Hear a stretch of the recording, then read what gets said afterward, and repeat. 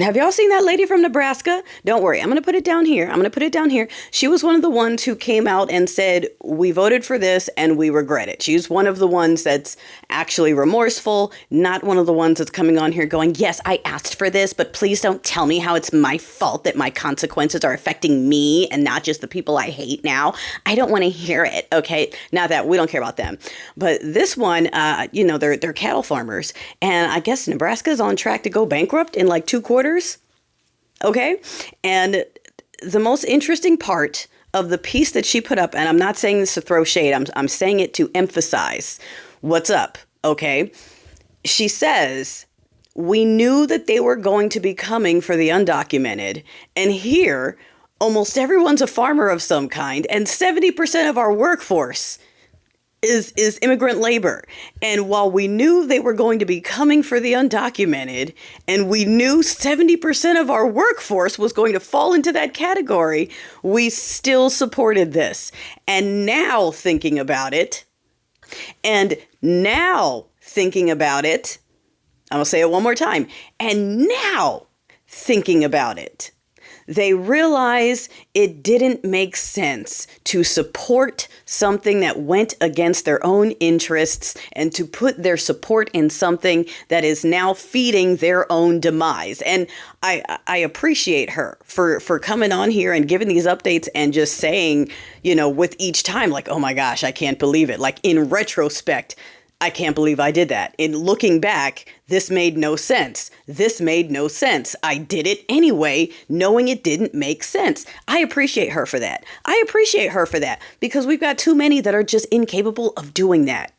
Just incapable of saying, wow, yeah, I convinced myself to go against my own interests. Why did I do that? Like, that is work. That's self-work. Okay. And that's what we have room for. We have room for people that are like, wow, I now want to look into why I convinced myself to do something that was not going to help me. Why did I do that? We need more of that. And less people going, yeah, well, I'm just going to hold on to my hate and rage and anger, and I'm going to blame everyone else. And you know what? Yeah, I'm going to fight to keep my job. I'm getting a lawyer. Okay, I'm fighting this. I don't care if I asked for it. This isn't fair to me. It's not supposed to affect me. What about me and me and me? We don't care about them. Like I said, they can go fend for themselves. They can go fund themselves. But yeah, it's very interesting. So these states that are already on track to go bankrupt just with the policies themselves, okay? Because she's like, people aren't showing up to work. I mean, whole thing, okay?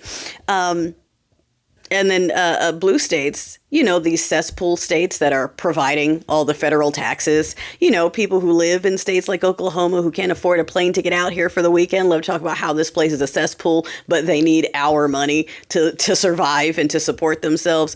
Yeah, I am all for all of these blue states holding on to their money.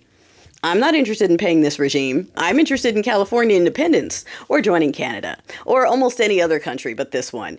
And I would love to see how states like Nebraska plan on funding themselves when we aren't the ones putting into the pot anymore. We're going to keep our dirty little blue cesspool dollars to ourselves. How about that? Like, go ahead. Give it a watch. I give her props.